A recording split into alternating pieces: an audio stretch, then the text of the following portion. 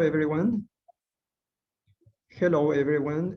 My name is Rafael Martinez. I'm a research fellow at the Lee Kuan Yew Center for Innovative Cities. On behalf of our center, I would like to thank you for joining us for the BBL talk, Ho Chi Minh City, All Problems in an Eternally New City. This BBL is jointly presented by my colleague Long and myself. Long is a political science and public policy graduate from Singapore Management University, and I am an anthropologist from NUS. We both are part of the Lee Kuan Yew Center for Innovative Cities, Future of Asian Cities, a program led by Dr. Harvey Neo, which focuses on the study of different Southeast Asian megacities, including Ho Chi Minh City. A city that some of you know is Long's hometown. After our presentation, time will be devoted to a question and answer session with the live audience. Throughout that conversation, online participants can submit their questions, comments in the Zoom's chat tab. We will visit those topics in the second half of the session. We look forward to an invigorating dialogue session. So without further ado, let us start our presentation. So the first thing, just give me a sec. Okay, so this is the outline for our presentation today. So we will cover these 7 points, which you can see is the city profile, the city today, problems in 2021, the idea of overcapacity as the main issue in Ho Chi Minh City. And we present our argument, which is problems in colonial times. We try to connect with colonial times and some modern issues. We will lead a discussion and then the conclusion.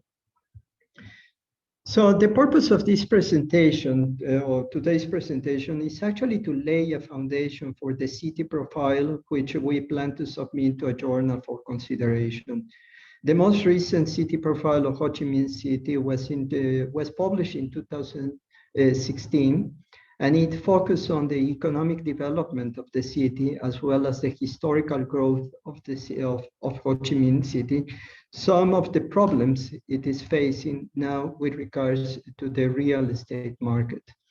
However, our city profile aims to build on the historical continuity of the city by studying its morphology and the idea of the urban in its context in the current era as well as in the future.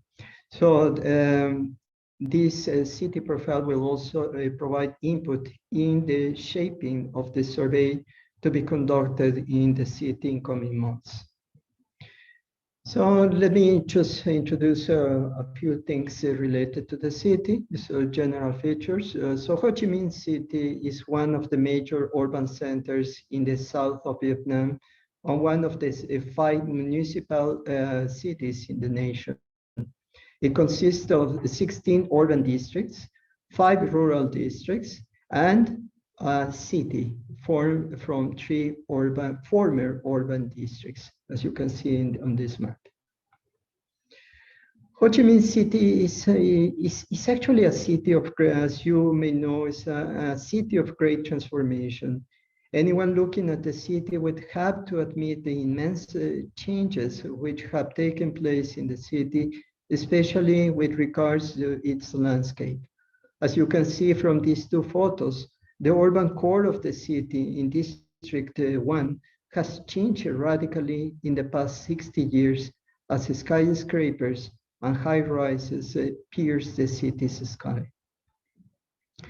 Similar to what our colleague Joshua described in a previous presentation about the city, Ho Chi Minh City is the largest population center in the country, with an official population of over 8 million, while many estimates that over 2 million inhabitants are not being counted. This means that the city's population is larger than the capital of Hanoi by 1 million people. Aside from being the largest population center, Ho Chi Minh City is also the most vibrant economic center of the country. So Ho Chi Minh is often referred to as an economic engine due to its revenue being the highest nationally, as you can see in the graph on the left, but also because of its ability to attract a foreign direct investment, as you can also see from the graph on the right. Though the city is no longer the largest FDI hotspot, it being a pathway to other provinces in the Mekong Delta makes it an invaluable location. Ho Chi Minh City's economic importance can also be better illustrated when one considers its industrial output value and consumer services revenue in 2015, for example. Both show Ho Chi Minh City accounting for nearly 25% of the entire nation output. But beyond the numbers, the economic importance of the city is also expressed through its assertion of modernity and efficiency. One can observe this modernity and efficiency through the built surfaces and infrastructure of the city, when, as we can see, they are grand, metropolitan, and always new. For example, we can take a look at the construction of these recent landmarks. Actually, the name is Landmark 81, the tallest skyscraper in the country, and the Ho Chi Minh City Metro, mass transit system designed by Japanese planners. These projects demonstrate a commitment to proving that the city is a world-class urban area in its modernity and efficiency. But again, aside from its tangible structure, the city's commitment to efficiency is also expressed through how it has tackled problems and managed resources to address poverty development. The clearest example of this is how the city has managed to bring its poverty rate from 20% in 1992 to around 1.1 in 2019, even though the poverty line has increased. The handling of COVID-19 is a clear example of the city's commitment to dealing with problems in a modern and efficient way as well. The city has kept the number of cases extremely low until recently. The authorities acted quickly in implementing social distancing and tracking infections while controlling population flows. This has resulted in a spectacular success compared to other Southeast Asian megacities. On the right, for example, we can see the number of cumulative community cases of Ho Chi Minh City and Singapore, comparing Singapore, from November 2020 to April 2021. It is notable that Ho Chi Minh City has kept the cases at around 10% of that of Singapore throughout this time, even with 50% more population. So clearly, the city has been extremely successful, not only in constructing modern architecture, but also in delivering substantial changes to people's lives. So in this presentation, we want to ask two questions. Are we seeing an example of a successful megacity? Are we seeing a modern metropolis which has left its traditional problems behind? To answer these questions, I would like to invite Long to elaborate on our argument and to identify patterns in the traditional problems of the city. Long? Yes, thank you, Raphael. Yes. So actually the answer to these two questions, the short answer is no. The city has not been completely successful, and no, it has not solved all its traditional problems. If you take a look at the images here, these are just some of the urgent and actually lingering problems related to population density and the environment that the city is facing and has been facing for some time. However, we cannot stop at this short answer. We can to go more in depth, we have to ask ourselves, what is the nature of the problems that the city is facing, and how can we explain the persistence of these traditional problems in the city? In order to answer these questions, we first have to put forward an essential part of our argument, which is that Ho Chi Minh City is an eternally new city with unchanging characteristics. By this, we are saying that there are elements as well as system belief related to urban management that has not changed, even as the city and its regimes undergoes radical transformation. Due to the similarities and unchanging beliefs between the past and the present, the problem that both eras face are arguably more similar than one might think.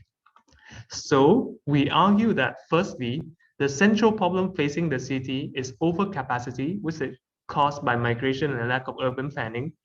Secondly, that these problems are not new, as we posit before, and by examining how past regimes have encountered these problems, we can see that the modern government is repeating some of the follies of the past, building an eternally new city on unchanging problems and characteristics. In order to consider this argument, let us start by looking at it in the component parts, starting with the problems of overcapacity in the modern age. So let's start with migration first. Migration is a major part of any city's population and social dynamics, especially so for a city like Ho Chi Minh, which is the largest economic center in the area. So by 2021, the number of documented migrants in Ho Chi Minh City amounts to about 2 million people. Most migrants came from the surrounding provinces in the south to take up factory jobs in the city, mostly in garment, footwear, and tech product, but a large number also participates in services, construction, and the informal market. The concentration of migrants is so high in the city that in 2003, a new district was created, as you can see on the map here, which is Bintang district, making it the Bintang almost a dormitory district in order to incorporate migrants into the city.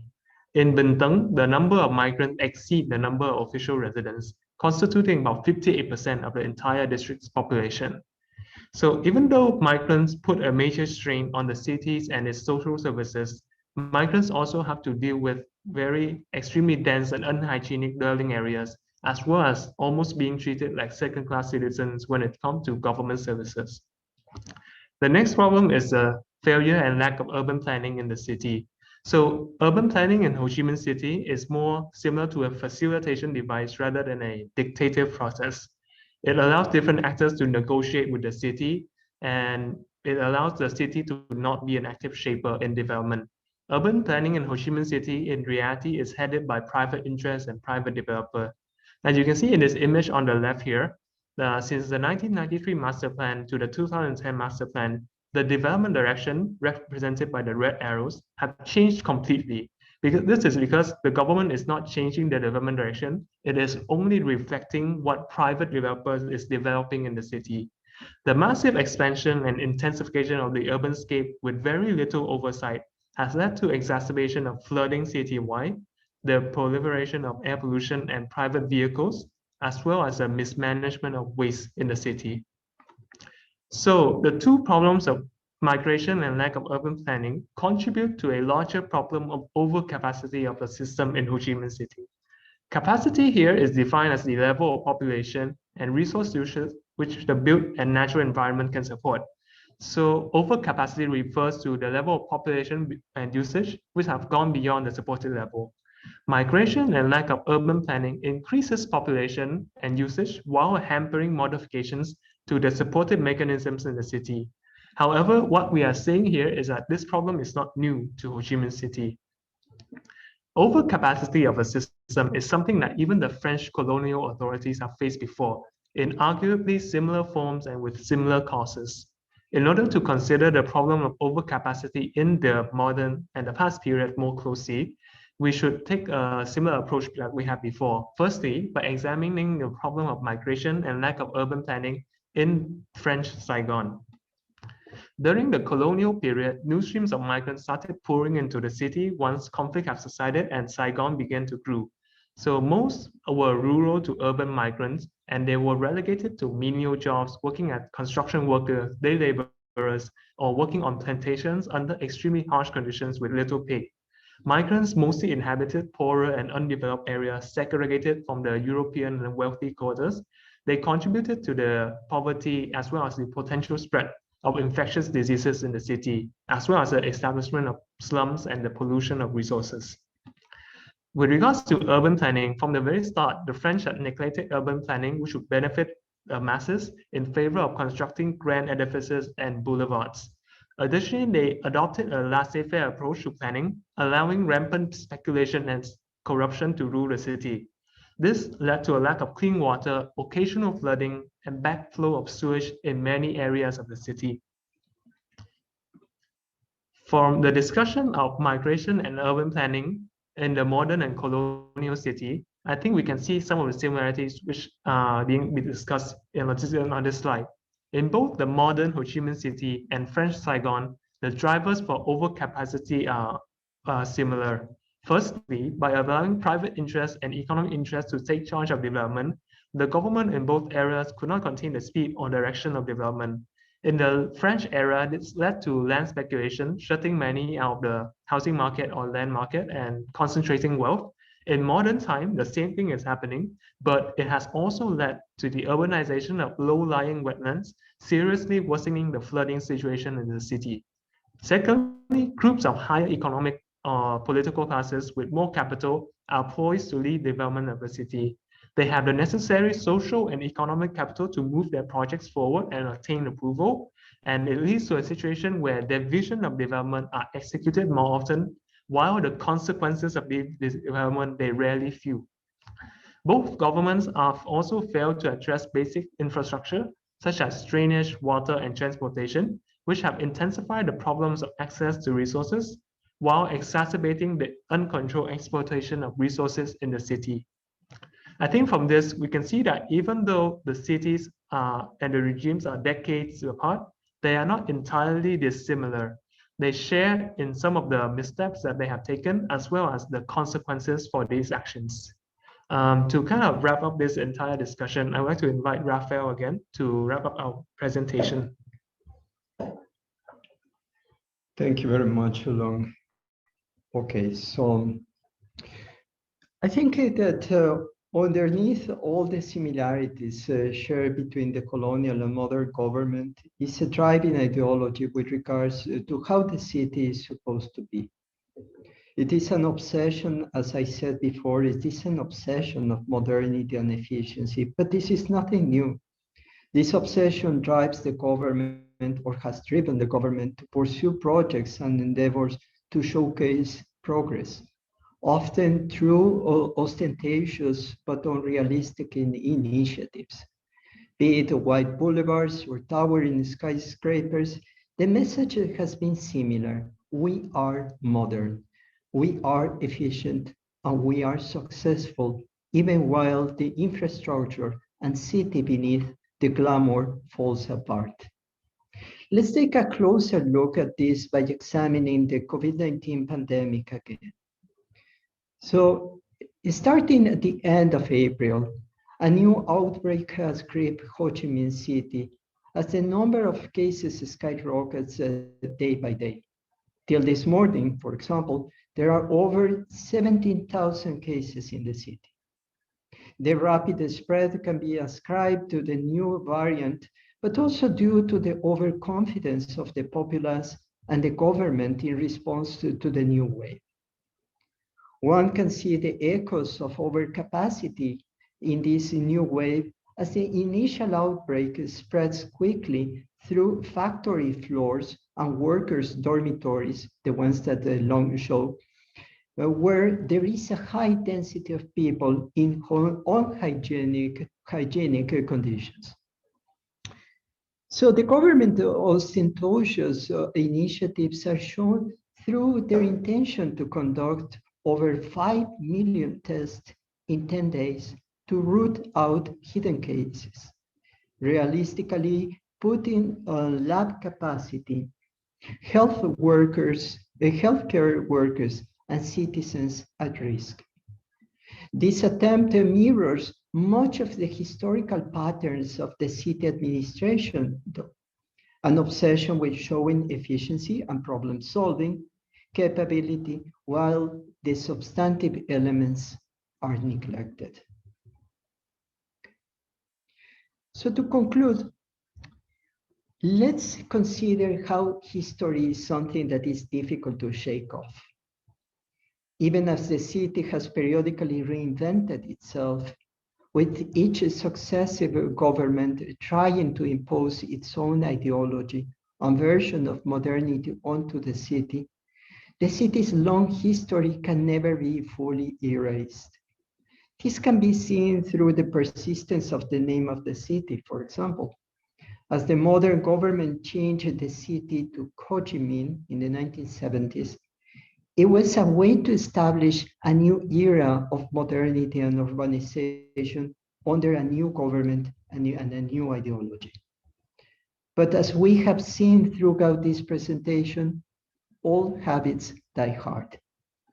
And we are not only talking about the emblem of the city on which the government chose to put Saigon, the city's former name, next to Ho Chi Minh. We're talking about the recurrent practices, repeating all the time, engaging in a never-ending cycle of reproducing problems of the past in the present, even as the external face of the city continuously renews. So this is the end of our presentation, and we will be very happy to take questions from the audience. Thank you very much. So let me see. I think we have a question here. Okay, so I think Long, would you like to respond to this first question?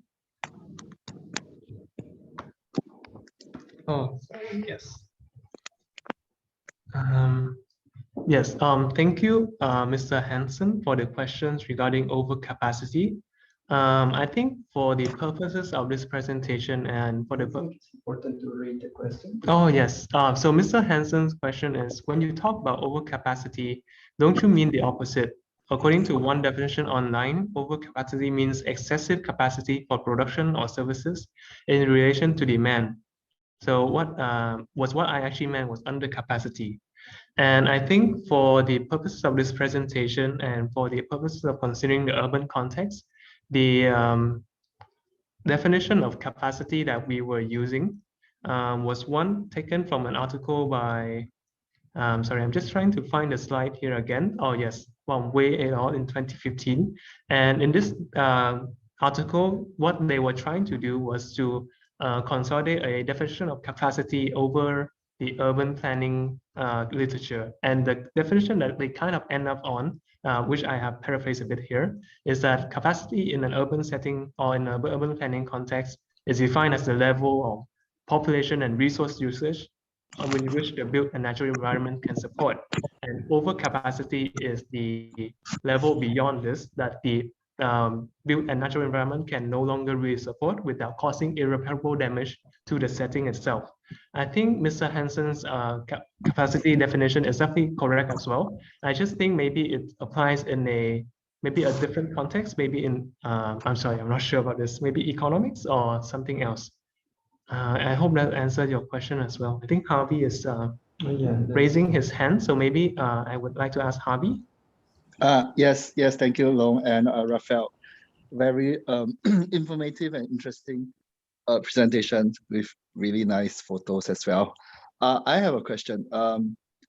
You know, when city authorities make decisions or do things that are seemingly not right or not beneficial to the people, there might be typically there might be reasons behind it. So it could be that they do it because they are actually not afraid of the people, that they are not afraid that the people they are going to stand up and rebel or anything like that. So in my sense, the colonial government could be something like that.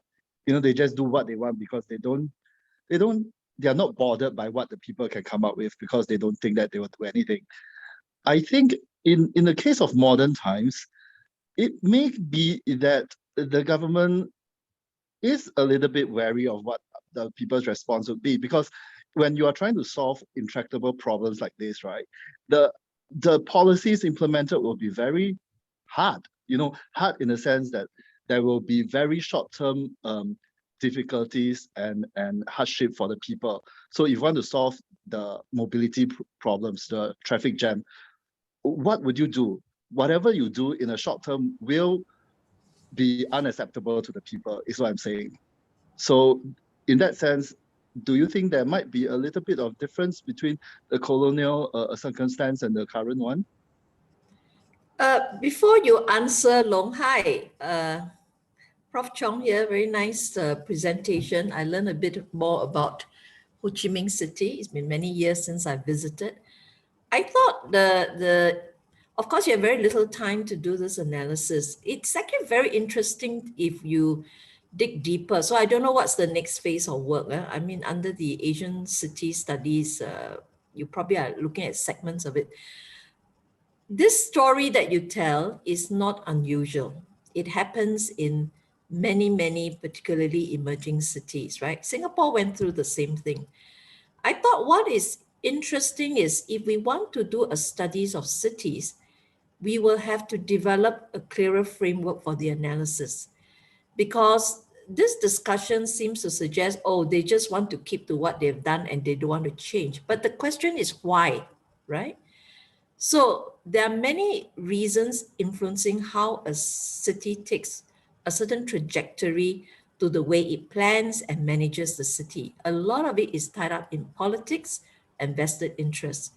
So I'm just suggesting if you want to delve, and I think LKYCIC has a good opportunity to actually try to analyze these cities deeper.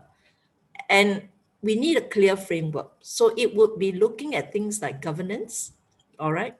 What is the governance structure? Has it changed? In fact, one interesting question is the governance here compared to, say, Hanoi different? They started differently, right? Long before the war, and then basically the communists took over and now is in charge of the country. But there are remnants, I presume, of the colonial era, probably in Ho Chi Minh, and the influence of very, very commercial activities in Ho Chi Minh compared to Hanoi for many, many years, right? And then the Americans were here, etc. So I think if you really want a deeper dive into an understanding of city, you need to understand the history. You need to understand the governance structure. Actually, that in itself is a very interesting comparison. Has the governance structure of Ho Chi Minh City changed since from the colonial days, of very laissez-faire capitalism, and then before they lost the war and then the Communist Party took over, all right?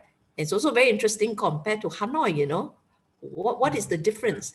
So I think if you compare governance structures, it actually gives you a little bit more insights into why is the city not working, right? And I think if you want to do deeper studies, it's actually a very, very interesting subject. The other part that Harvey talked about, of course, to me is an important part, right? Is the socio-political side of it. I don't know what's the relationship between government and people. And like in most of these types of cities, is very top-down. China is like that also. So then the other thing is to look at even capability and competencies, right? It's actually back to governance to a certain extent. How competent, do they have the right people, you know, to actually do proper, say, long-term planning? So in Singapore, we build up governance, systems, structures, competencies. So I don't want to give a long talk here. It's just that some of these issues are the stuff I'm quite familiar dealing with, but it would be very interesting to deep dive rather than say that maybe it's just about a legacy, right? I mean, legacies people passed on, you know. And of course, the more interesting question going forward is how can they improve, you see? What can they do, you know, to try and solve these urban challenges, which are so common in particularly Asia, these types of problems. You see them repeated in so many cities, particularly Southeast Asia. I'm just going to stop there. I'm sorry to add so many things, but my mind is just racing about all the questions that are possible in an analysis of a city. Okay, I'll stop there and let you talk. Thanks. Right. Thank you. Thank you very much, Dr. Chung, and also Harvey. And I think let me start with Harvey's point. I think you're right, Harvey. So you raise a very important point. So what is the difference between modern times and colonial times? That probably in colonial times they didn't care. And in modern times, they do care. And I totally agree. But what was the intention of this first attempt? Because this is a first attempt, is to talk about like what are the continuities, what are the similarities of a city that has been changing dramatically in the last few years. So, and I also want to, I totally agree with Dr. Chong's point that this is, we can do much better than this. But this is the first attempt again, because this is going to be, actually the city profile will change dramatically with the data we collect, as we mentioned at the beginning, from our survey. And totally agree with you. So the point actually of this city profile will be to talk about or to focus on the idea of governance, because it's like how the government is addressing what are the problems and what are these situations that are actually affecting the operation of the city. So yeah, this is one of the things. And going back to Harvey's point, I think you're very right, and I totally think this is something that we can explore a bit further to say what is the difference between modern and colonial times. But because our intention was not to be oversimplistic and say we are seeing the same. No, we are not seeing the same. We are seeing that is a city that is continually changing, but the core is actually more or less the same. And I'm not saying the same from the colonial times, but I am saying that this is just like a superficial transformation. And so the question here is to ask, what is happening? What is wrong with here? I mean, with this particular city, and that is why our focus on in the study will be certainly governance.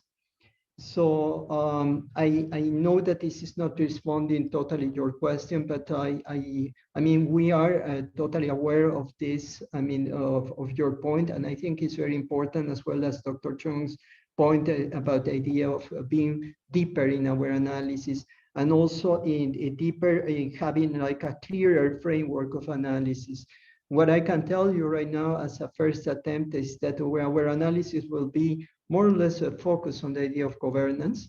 And I say more or less because it will also depend on what are the kind of things that we can collect in the field. Because based on conversations with Long, I feel that even the government, even though the government is considered like a very powerful, like in many other communist regimes, very powerful entity, we are noticing that actually the people are making a lot of changes in different contexts. So we wonder to what extent are we seeing this kind of competition between the government and also people but this is something that we hope to learn much more with the data we collect in coming months. So let me go back. I think we have another question here. So this is from Becky. This is a very interesting talk. Thank you for your work. I would be interested to hear if you could offer some possible explanations or a speculation for the city's obsession with modernization. Obsession is certainly a rather strong rhetorical choice here. And what is the benchmark for modernization? Thank you. Would you like to go? Sure, yes. Thank you, Raphael. Thank you, Harvey and Dr. Chong as well for asking very interesting questions that really provide a lot of insights for further study as well. I think for the questions regarding obsession, I do agree that obsession is a very strong word. I think what we are saying by categorizing it as obsession is not to, I guess, first it's not cast extremely negative light on it, because it's something that we kind of in our discussion agree that it's not something that is exclusive to Ho Chi Minh City or exclusive to just this communist regime or any regime. It's more of a impulse of government when they are in charge of the city to make it clear that they are making radical improvement on the city. So the obsession here is to show that they are making progress, that they are making significant improvements to the city, which often manifests itself not through smaller or more viable projects that will improve people's lives in more, I would say, maybe less visible ways, but through erecting and building significant infrastructure as well as significant projects in order to demonstrate this modernity. And the obsession here is to show this, and this obsession leads them to pursue projects or to allow projects to go through that even without maybe as realistic as they should be, they show that we are doing something that is modernizing the city very quickly. With regards to what is the benchmark for modernization, I think this is a quite a difficult question, and I might need Raphael help on this as well. But to my understanding, the benchmark for modernization is not extremely hard set, but it is influenced by, I think, international standards or international narratives of what modernization entails. Most likely, modernization entails the construction of modern looking buildings, modern architecture, modern infrastructure system, but as well as the implementation of modern system of urban governance in the city. And one example that I can take of this is the current trend, which is to implement digital governance or e-governments in the city. And if you look at Vietnam in the current time, it is definitely something that they are trying to push in this push for modernization. So modernization is less of an internally set objective, more of a, from my perspective, more of an outward attempt to meet internationally set standards, not internationally set, but internationally constructed standards for what is modern in the city. And I think Raphael. Yeah, thank you, Long. And just to add to what Long mentioned about this idea of the benchmark of modernization, is also related to the ASEAN idea of modernization. Because you also see, when we compare Ho Chi Minh City to not only to Hanoi within Vietnam, but also to other capitals in Southeast Asia, there is also like this idea of what is modern from a regional perspective. So we were also observing that from that perspective. And also, as Long mentioned, our idea of modernization is more related.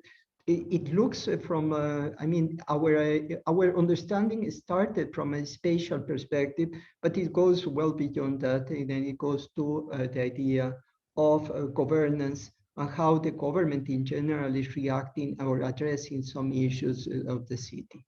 And for example, the one that we mentioned about COVID, because COVID has also become, or is becoming like also like a sort of political expression of this idea of modernity, governance, and how the government in this particular city is addressing the issue. So I think I hope this responds your question, Becky. Thank you very much for it. We have another question from Garrick, and Garrick is asking, has there been any organizations in Ho Chi Minh City that have advocated or tried to pioneer an alternative approach to urban planning in the city? Thank you. Long? Yes. Thank you, Garrick, for this question as well. I think it's a very interesting question, and I think the difficulty that I would have in answering this question is how do we define advocacy for a new approach to urban planning?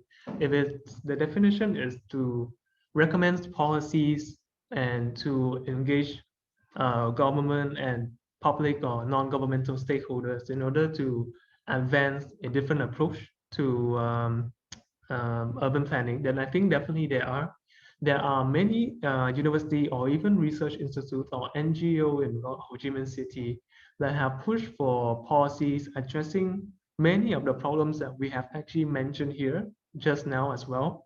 And there are definitely strains of many academic works that try to address the problems of migration and lack of urban planning. So I would say that there is probably no lacking in the amount of advocacy or research being produced to address these problems.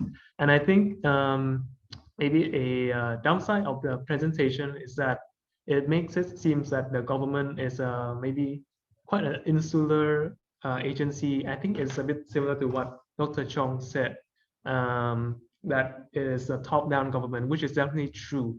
But the government do have ways or methods of absorbing feedback from the populace. And similar to what Harvey said, there are many intractable problems that requires very hard decisions to be made in the city. And we are definitely not denying that there's a very complex situation. I think what we are trying to say here, even with advocacy and with alternative approach to urban planning being proposed, there is an overriding initiative or an overriding thing that is driving the urban planning in the city, and that is and still remains mostly private developers and private interests who is I guess in and of themselves is an advocacy group for a particular types of interest in the city. If that's, I hopefully that answers your question as well. Maybe we can ask the next question from Mr. Ivan Small. Wondering how much it makes sense to analytically focus on the replication of old age, urban and governance problems from colonial times to present in the particular case of Ho Chi Minh City. Given how dramatically different the geographic contours of Saigon were, Ho Chi Minh City as created post-1975 is basically a province extending, as you said, across urban and rural areas, which anticipate future urban expansion and migrant labor flows. Saigon, on the other hand, was a very contained city. Even nearby Jalan, now District 5 and 6, was a separate municipality until 1931. Thank you very much for your question. And I think this question points to a very true historical fact that Ho Chi Minh, Saigon back then was a very small corner of French control. And as we have seen before, I think the reality is that the French control a much wider area of Cochin China, or at least in my knowledge, control a much larger area of Cochin China at the time. They managed both Saigon and Jalan simultaneously, even though as they don't consider one municipality. I think for the purpose of this analysis, it is more helpful to consider French control and urban planning to extend to Jalan and the surrounding areas as well. Because if we consider it in just the context of the old Saigon or the French Saigon, it would contain a too small of an area for maybe meaningful comparison, but also because the problems, some of the problems that we have mentioned here is engendered by the existence of French Saigon on the economic system that it operates on. So I think it might be unfair to consider French urban planning to the context of just the small Saigon that they directly groom and kind of create to their satisfaction, and to ignore maybe the other areas under French control that is directly related to Saigon, if that makes sense. Sorry, yes, Dr. Chun Ki-han, for your next question. Sorry, I'll just read it as a whole. Thanks, Raphael and Long. Understand that this is a first step to the analysis. It's a good start, and I find it very interesting. We have a lot of opportunity to delve into analysis of city, particularly since we are focusing on South Asian city, a less studied area. Would be great to develop a rigorous framework going forward to help LQYCIC to this. Look forward to the future insight. Okay, sorry, this wasn't a question, but thank you so much, Dr. Shun. And I definitely have noted down the need for more rigorous framework. And I think what Raphael mentioned just now is that this is the first step, and we are looking forward to delving much deeper into this as well. And Long, I would just want to add on something. okay. Because there was some conversation about modernization, is the driver really about modernization? I suppose it's a lot more complex than that. Governments do things for many reasons, right? Of which there are vested interests, and of which it is about power, it is about politics, So, so there is an interesting question of how do you then assess cities, you see? Looking at what are their objectives, do they have systems in place to do their planning, and then how do you get it implemented? So in a way, I'm back to talking about assessing the city you have to wear quite a complicated framework. So modernization actually is always more a little bit on the political side, right? It's a bit showy. It's just like many of the cities in China at the beginning when they were building, you know, same thing, big boulevards. Everyone wants to be the tallest, the biggest, the widest, you know. So I do hope going forward, we could look a little bit more at the various aspects. So I find the presentation very interesting. I learned something. Thank you. Yes, thank you very much. I guess to add because I think we don't have more questions right now. I guess to add a fun fact to what Dr. Chong just said regarding how to be shown to have the tallest buildings. So Saigon used to have a building called Bitexco, which you can see in the slide as well. And it used to be the tallest building in Ho Chi Minh, in Vietnam actually, but then it was usurped by a city in Hanoi. And so I think about less than a decade later, 5 years, we have to build, Saigon built Landmark 81, which now became the tallest building in Ho Chi Minh City and in Vietnam again. And I guess it's not to draw any speculative conclusion here, but I do think that there is an element of rivalry between even within Vietnam, between the different urban centers in order to show this aspects of modernization or architecture. I'm sorry, if anyone have any questions, please also feel free to raise a hand or to just send it in the chat if you don't feel comfortable raising your hand, and we can answer any questions.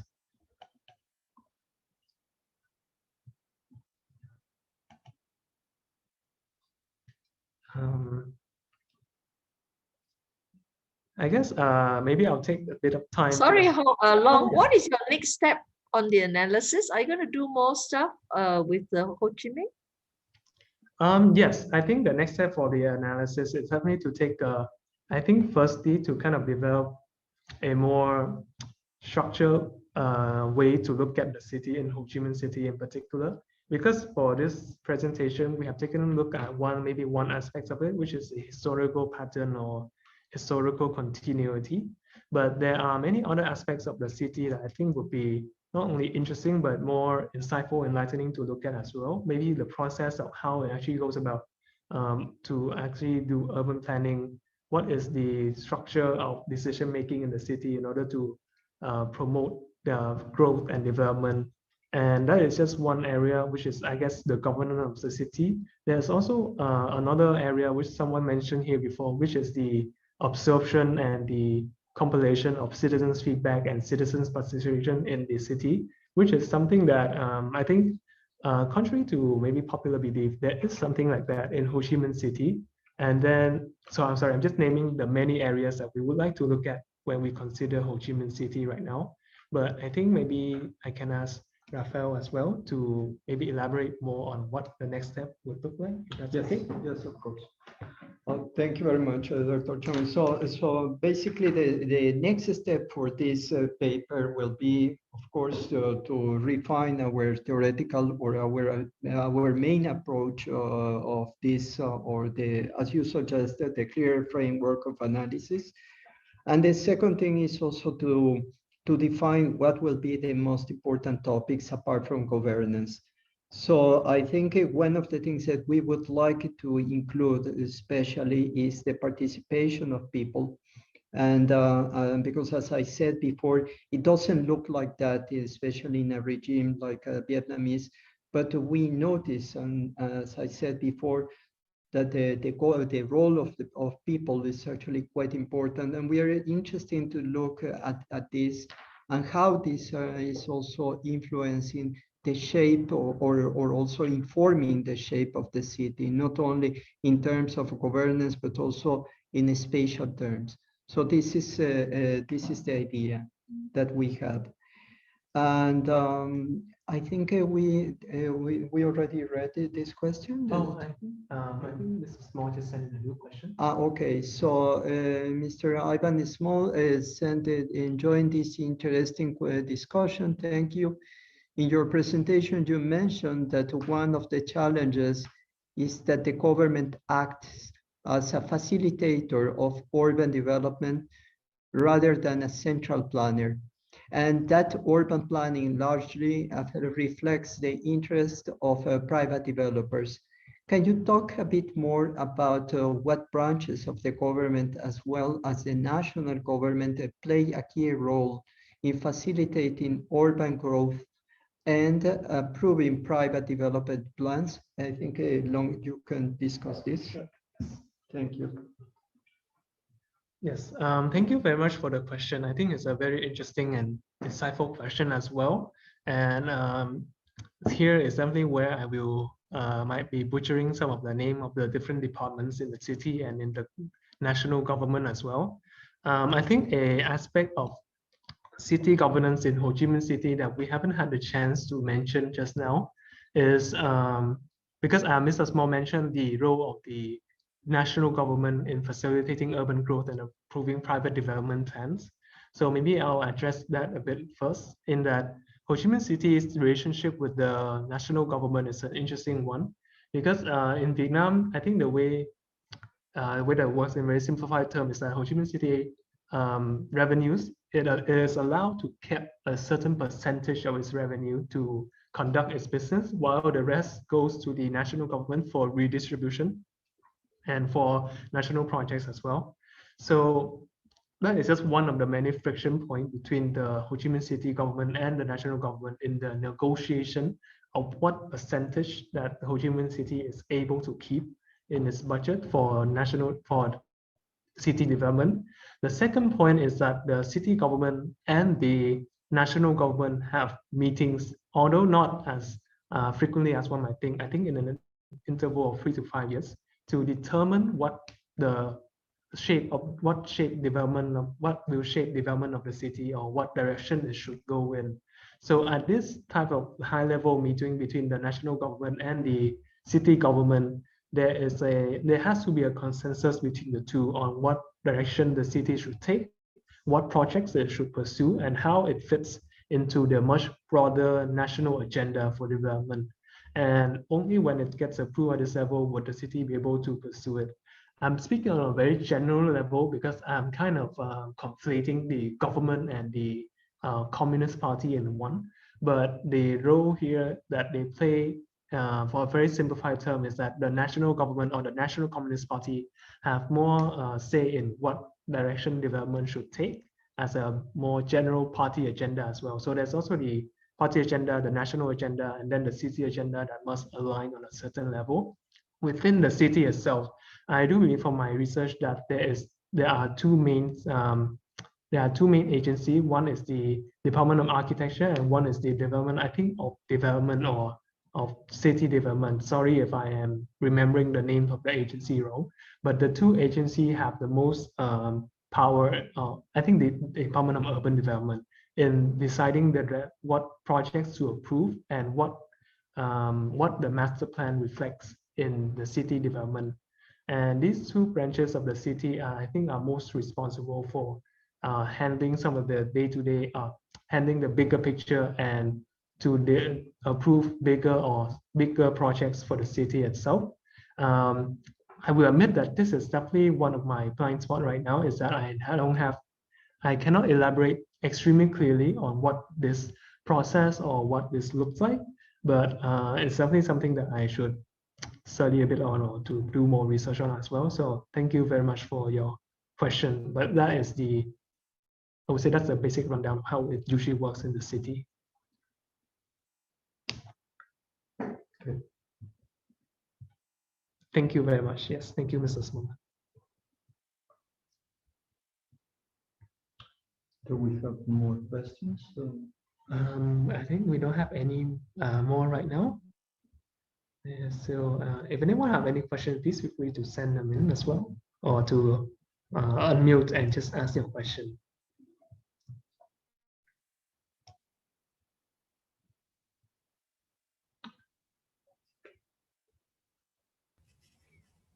Rafael and Long, I just want to thank you for sharing. I think it's great to do this BBL.